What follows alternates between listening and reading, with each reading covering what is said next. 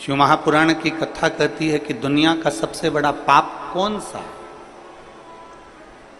दुनिया का सबसे बड़ा पाप है अपने आप को कमजोर समझना। यह दुनिया का सबसे बड़ा पाप। आप यदि अपने आप को कमजोर समझ रहे हो कि मेरे से ये नहीं हो सकता, मैं नहीं कर सकता, मेरे बस का नहीं है, तो आप दुनिया के सबसे बड़ा पाप कर बैठे।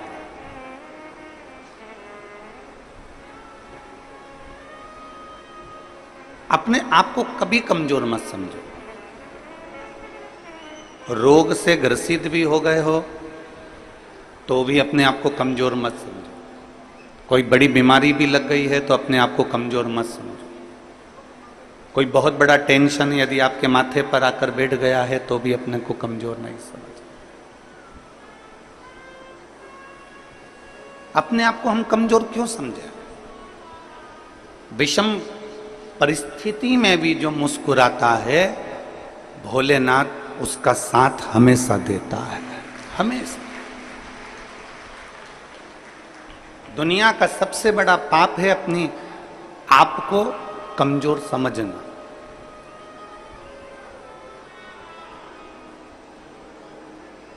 आप अपने आप को जिस दिन कमजोर समझना चालू कर लें तो समझ लेना कि आप पापी हो गए। हम अपने आप को कमजोर क्यों समझे? घर में कई बुजुर्ग माताएं ऐसी रहती हैं, कई बुजुर्ग पिता ऐसे रहते हैं, कई भाई मेरी जीजियां मेरे जीजा लोग ऐसे रहते हैं, कई बेटी बेटा ऐसे रहते हैं जो कहते हैं अब तो हमारा समय आ गया, अब हमारे बस का कुछ नहीं। मतलब अपने आप को तुम कमजोर समझ रहे हो।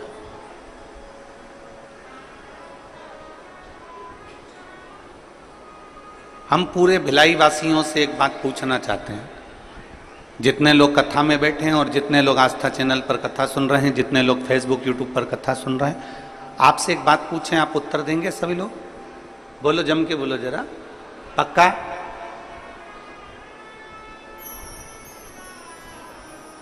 घर में आपको सुबेरे जल्दी उठना है,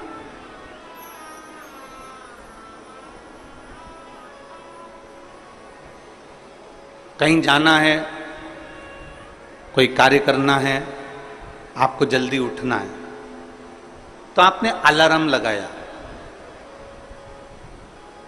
मान लो 4 बजे का लगाया या 5 बजे का लगाया या 3:30 बजे का लगाया। आप जितनी देर का, जितने समय का अलार्म लगाते हैं, जितने लोग यहां बैठे हुए हैं, दिल से बोलना कि तुमने 3:30 का अलार्म लगाया, तुमने 4 बजे का अलार्म लगाया, पर सत्य बताओ, अलार्म तो बाद में बजता है, पहले आपकी नींद खुल जाती है। बोलो सही है कि गलत है? जैसे आपने सोचा कि मुझे 4 बजे का अलार्म लगाया है, मैंने 4 बजे का घड़ी लगाई है, 4 बजे का क्लॉक वॉच लगाया है कि बस इतनी बजे वो 4 बजे बजेगा, टुक टुक टुक टुक टुक टुक टुक टुक टुक टुक टुक टुक बजता रहेगा। कितनी बजे बजेगा वो? बोलो बोलो जम के, 4 बजे बजेगा। अब अलार्म तुमने 4 बजे का लगाया, उठ गए तुम 3:30 पे, नींद बार बार खुल रही है, घड़ी देख रही, 4 तो नहीं बज गई, फिर थोड़ी देर सो गई, फिर नींद खुली, 3:30 बज गई, फिर नींद खुली, 3:45 हो गया, अभी 10 मिनट और सो लेती हूँ, फिर 4 बजे। अलार्म तो बाद में बजा है, उससे पहले तुम्हारी नींद खुल चुकी है। बोलो मेरी छत्तीसगढ़ की चीजें सही है कि गलत है? अब तुमने अलार्म भर लिया 4 बजे का, 4 बजे का, 4 बजे का, 4 बजे का, और उठ कितनी बजे रहे हो? 3:30, 3:45, 3:30, 3:45, अलार्म भरा 5 बजे का, उठ कितनी बजे रहे हो? तो वो उठने का समय तुम्हारा जल्दी हो गया।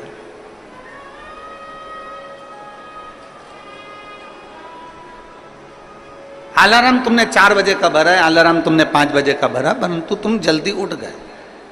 अब जितनी मेरी बुजुर्ग माताएं बैठी हैं और जितने मेरे बुजुर्ग पिता बैठे हैं और जितने मेरे बहन बैठी हुई हैं, मेरी जीजियां बैठी हैं, मेरे जीजा बैठे हैं, मेरी माताएं बैठी हैं, मेरे भाई बैठे हैं,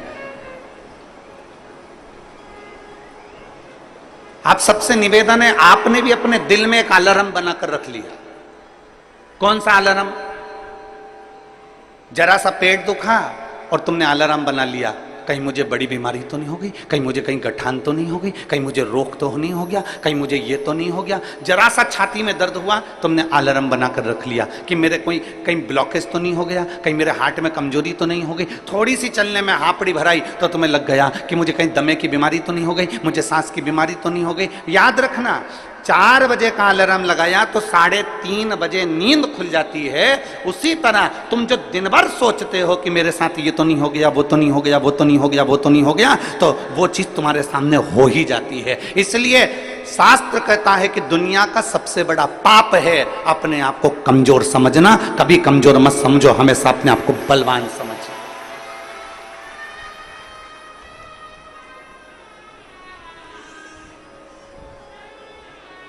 पेट दुखा, तुरंत तुमने सोच लिया कि कोई मेरे पेट में तकलीफ हो गई।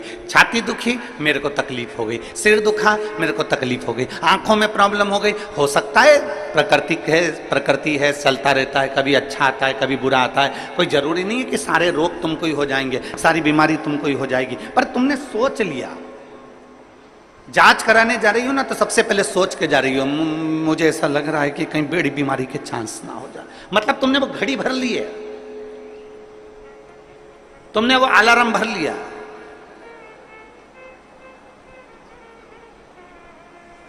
पहले का व्यक्ति अलार्म भरता था, पहले का व्यक्ति अलार्म भरता था 100 साल का।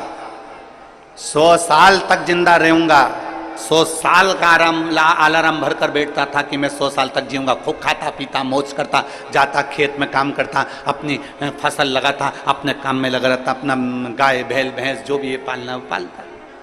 उसने अलार्म लगाया कि मैं 100 साल तक जीऊंगा, तो कम से कम वो 95 साल तक, 90 साल तक, 98 साल तक, 97 साल तक जीवित रहता था। आज का व्यक्ति 60 साल में अंदाजा लगा लेता है कि अब तो मेरे शरीर से नहीं बन रहा, अब तो मेरे को जाना है, तो मालूम पड़े 55 में ही अटैक आता है और निपट जाता है। तुमने अलार्म लगा लिया।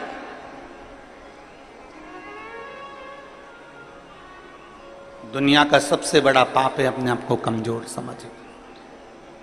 क्यों कमजोर समझे हम?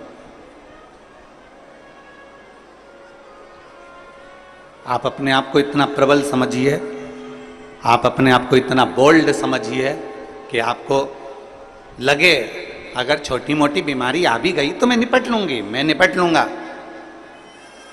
बोल बम का नारा है। आ गई अगर थोड़ी बहुत तकलीफ आई, थोड़ी बहुत अगर कष्ट आया तो है बाबा बेटा, मेहनत करेंगे, परिश्रम करेंगे, देखा जाएगा। और शंभु शरणे मांगू घड़ी रे घड़ी, दुख काटो दया करीने दर्शन आपो।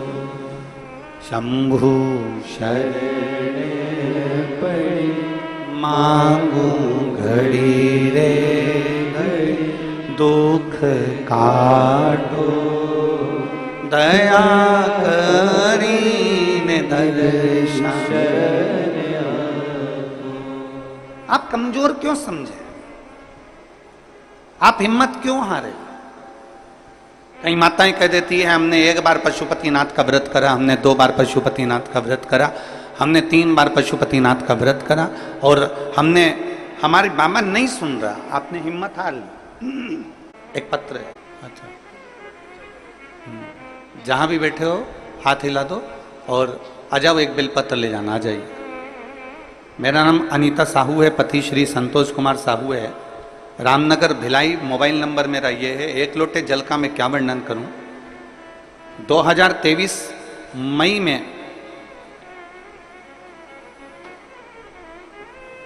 अचानक से स्वास्थ्य खराब हो गई। 10 दिन तक मैंने खाना नहीं खाया। सेक्टर नंबर 2 हॉस्पिटल में भर्ती थी। सोनोग्राफी एमआरआई में पता चला कि लीवर में 9 mm का एक गठान और कैंसर हो गया। गठान होती ना गुरुजी तो दुख नहीं होता, पर साथ में कैंसर हो गया। उसके बाद मेरे पति ने सारे हॉस्पिटलों में जांच कराया तो मालूम पड़ा कि वो कैंसर की बीमारी है और ज्यादा ही तकलीफ है, ज्यादा समय के जीवित नहीं है। शिव जी पे मेरे पति ने जल चढ़ाना प्रारंभ करा, जल लाकर मुझे पिलाना चालू करा, बेलपत्र मुझे देना चालू करा। डॉक्टर का भी इलाज, जैसे आप कहते हो ना कि डॉक्टर शिव का रूप है, तो डॉक्टर का भी इलाज चलने दो, डॉक्टर का इलाज जरूर करो। हमने डॉक्टर का भी इलाज करा, डॉक्टर ने दवाइयां दे दी, पर डॉक्टर का कहना था कि इसका ऑपरेशन सफल हो ना हो वो पता नहीं। अब करें तो करें क्या? डॉक्टर कहते हैं कि अब तो उस ईश्वर पर भरोसा। मेरे पति ने भी आपकी कथा पर भरोसा करा और मैंने भी आपकी कथा पर भरोसा करा। सीहोर गए, रुद्राक्ष लाए, उस रुद्राक्ष को तांबे के कलश में गलाते, उस पानी को शिव जी को चढ़ाकर पीना चालू करा। करते करते 1 महीना पूरा हो गया। 1 महीने के बाद जब हम डॉक्टर को दिखाने के लिए गए तो जो 9 mm की कैंसर की गांठ थी वो 5 mm की हो गई थी। गुरुदेव, जब 5 mm की गांठ हो गई तो डॉक्टर ने भी पूछा कि तुमको कौन सी दवाई लग रही है। हमने डॉक्टर से कहा हम बेलपत्र खा रहे हैं, रुद्राक्ष का जल पी रहे हैं। डॉक्टर ने दवाइयां फिर दी और फिर वापिस हमने वही जल को पीना प्रारंभ करा। जो डॉक्टर कह रहे थे कि तुम्हारा कैंसर बड़ा विचित्र है लीवर पर, तो जब विचार करा तब वापिस उसको पीना चालू करा और बाबा की कृपा से आज सारी दवाइयां बंद है, केवल बेलपत्री और रुद्राक्ष का जल पीती हूं और डॉक्टर ने सब दवाइयां बंद कर दी। मेरा शरीर ठीक है और मेरा कैंसर समाप्त हो गया। हम कहेंगे कि जो कथा के आयोजक होते हैं ना, जो कथा करवाते हैं, हम उनको धन्यवाद देना चाहते हैं। कम से कम आपके कराई हुई कथा से ना जाने कितनों की बीमारियां और कितनों के दुख और कितनों के कष्ट ठीक हो जाते। शिव तत्व की प्राप्ति है। शिव महापुराण की कथा, भगवान ओगड़दानी की कथा, भगवान शंकर की कथा। हिम्मत ना हारे। इस बहन ने एक बात लिखी कि मेरे पति और मैं शिव पर से भरोसा समाप्त नहीं करें, करेगा तो वही करेगा। शिव पर से हमने भरोसा समाप्त नहीं करा, करेगा तो वही करेगा। करेगा तो ओगड़दानी ही करेगा, करेगा तो मेरा देव अधिदेव महादेव ही करेगा। हमारा विश्वास, हमारा भरोसा हमने प्रबल रखा।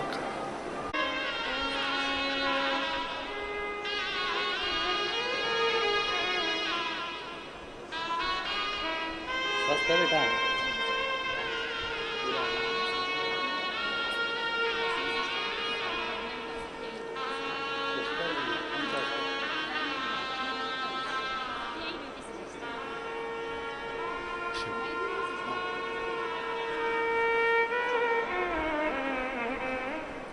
हॉस्पिटल में सिस्टर भी हैं, कह रही हैं कि बाबा ने मेरे को इतना अच्छा कर दिया कि अब मैं वापस हॉस्पिटल में काम करने लगी और मैं स्वस्थ हूँ। हमारे भीतर एक विश्वास को हमें पैदा करना है, हमारे भीतर एक भरोसे को हमें दृढ़ करना है। पार्वती मैया जब बाल्यावस्था की थी तब साधना में माता पार्वती जी डूबी रही। सप्तऋषियों ने जाकर समझाया माता पार्वती जी को कि शिव तुम्हें नहीं मिल सकता। बहुत परीक्षा ली गई माता पार्वती जी की, बहुत, और पार्वती जी की बारंबार परीक्षा ली गई, बार बार परीक्षा ली गई, बार बार परीक्षा ली गई, पर माता पार्वती जी हिम्मत नहीं आ रही। पार्वती जी खुद को कमजोर नहीं समझी। उनको मालूम था कि अगर मैं शंकर को जप रही हूं, मैं शिव को भज रही हूं, मैं भगवान शंकर का गुणगान कर रही हूं, मैं शिव तत्व को जान रही हूं, तो ये पार्वती जी के मन में एक भाव उत्पन्न हो गया था कि मुझे शिव मिलेंगे जरूर, मुझे ओगड़दानी मिलेगा। मुझे मेरा महादेव मिलेगा।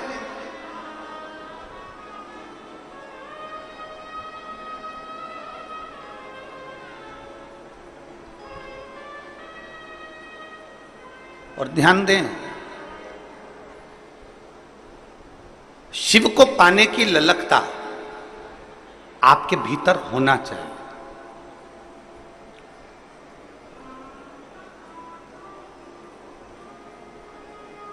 हम फिर निवेदन करेंगे कि अपने भीतर एक ऐसा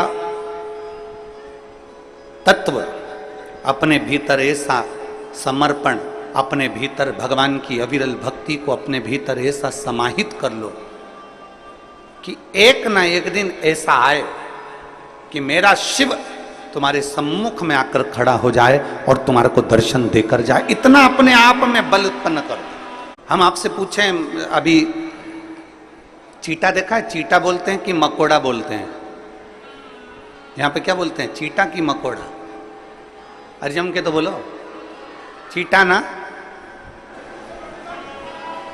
चीटा जब जन्म लेता है तो उसमें पंख रहते हैं क्या? जम के बोलो जरा। नहीं रहते। चीटा जब जन्म लेता है तो उसमें पंख नहीं रहते, पर चीटा अपने कर्म में लगा रहता है, अपने कार्य में लगा रहता है और कर्म करता रहता है, कार्य करता रहता है, करता रहता है, करता रहता है, करता रहता है, करता रहता है। धीरे धीरे धीरे धीरे चीटे में पंख आ जाते हैं। देखे आप लोगों ने चीटे में पंख? चीटा जन्म लेता है जब उसमें पंख नहीं होते हैं, चीटे में पंख नहीं रहते हैं, पर चीटा अपना कर्म करता रहता है, कर्म करता रहता है, तो चीटे में पंख आ जाते हैं, चीटे में पंख उत्पन्न हो जाते हैं और वो चीटा भी उड़ने लगता है। जरा विचार करना, चीटा अपना कर्म करता रहता है तो एक दिन परमात्मा उसको भी पंख लगा देता है, और यदि आप अपने कर्म के प्रति जागरूक हो जाएंगे तो वो परमात्मा आपको भी पंख लगाकर आगे बढ़ाए, आपको अपनी मंजिल तक पहुंचा देगा। चीटे में पंख नहीं होते, पर धीरे धीरे वो कर्म करता गया, कर्म करता गया, करता गया और उसमें पंख लग गए। कर्म करता गया और उसमें पंख आ गए, वो उड़ने लगा, वो आगे बढ़ने लगा। जिस कर्म में आप लगे हुए हो प्रबलता से उसमें लगे रहिए, उसमें लगे। जिस कर्म को आप करना चाहते हो उसको कर्म को आप प्रबलता से करते रहिए। एक दिन मेरा परमात्मा भी आपको उड़ान देगा, एक दिन मेरा परमात्मा, मेरा भोलेनाथ भी आपको उन्नति की सीढ़ी पर चढ़ा देगा। आप कर्म के प्रति जागरूक तो रहो। आप कर्म के प्रति जागरूक नहीं और सोचें कि हम बहुत कुछ कर लें, हम बहुत ऊंचे उठ जाएं, हम बहुत आगे बढ़ जाएं, तो शिव महापुराण की कथा कहती है कर्म प्रधान है, आपका कर्म पहले करना है। श्रीमद् भगवत कहती है, श्रीमद् भगवत गीता कहती है, श्रीमद् भागवत कहती है, रामचरितमानस कहती है, विष्णु पुराण कहती है, गर्ग संहिता कहती है, स्कंद पुराण कहती है, नर्मदा पुराण कहती है, लिंग पुराण कहती है। ऐसी कोई पुराण नहीं जो कर्म की प्रधानता नहीं बताती। प्रत्येक पुराण कर्म प्रधान है और प्रत्येक पुराण कहती है कि आप अपने कर्म में जागरूक रहिए, आप अपने कर्म में प्रबलता बनाकर रखिए।